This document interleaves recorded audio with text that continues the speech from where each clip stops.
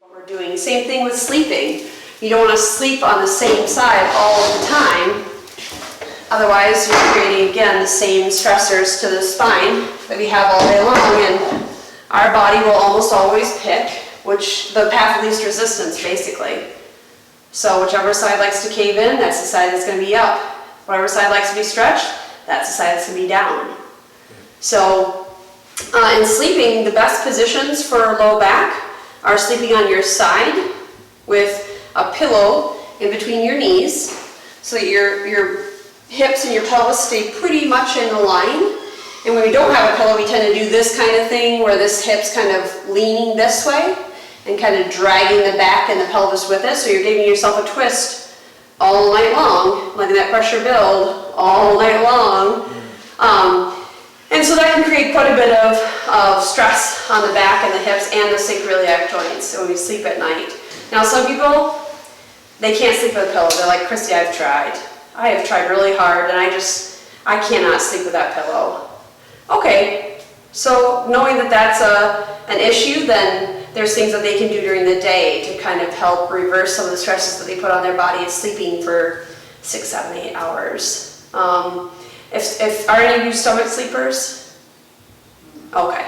Yeah, because sometimes stomach sleepers, it's not a great position to sleep in. It can cause a lot of stress, and so pillows underneath the stomach, pillows underneath the feet when you're laying on your stomach, that can make it easier and more comfortable. Sleeping on your back, if you have any active, acute back pain or nerve pain, sleeping with 1 or 2 pillows underneath your knees to kind of ease the pressure off of those nerves will allow that to heal. I don't want you sleeping like that all the time though, because when we sleep on our back, it actually gives gravity time to stretch out those hip flexors that are tight and lets our body lay flat and extends those hips. You know, the sleeping, sometimes people are like, I just don't understand why I'm in so much pain when I wake up. You know, when we sleep at nighttime, our body naturally rejuvenates itself. It refills the fluid and the viscosity in between the joints that if you have any problems in your back, any known inflammation, any disc bulges or herniations or anything, as we sleep, our body's going to pull more and more fluid in there. But when we sit up against gravity in the morning, it has nowhere to go other than out the weak sides of the joint or the disc.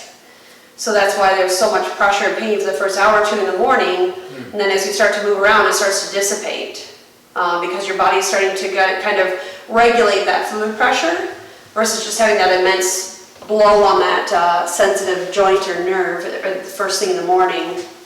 A lot of times, sometimes just very, very small motions in the morning before you ever even get out of bed will start to be able to tell your body like, hey, get ready for movement. I'm gonna get my day started. Something as simple as laying in bed with your knees bent and your feet on the bed, and then just gentle knee rocking side to side to say, hey, gonna start moving. But see, this rocking side to side, we talked about how twisting's bad. But that rocking motion is such a small motion that we're not exceeding the beginning of the joint range of motion. So it's keeping the joint fairly neutral and then circulating the fluid in between those discs and vertebrae and joints.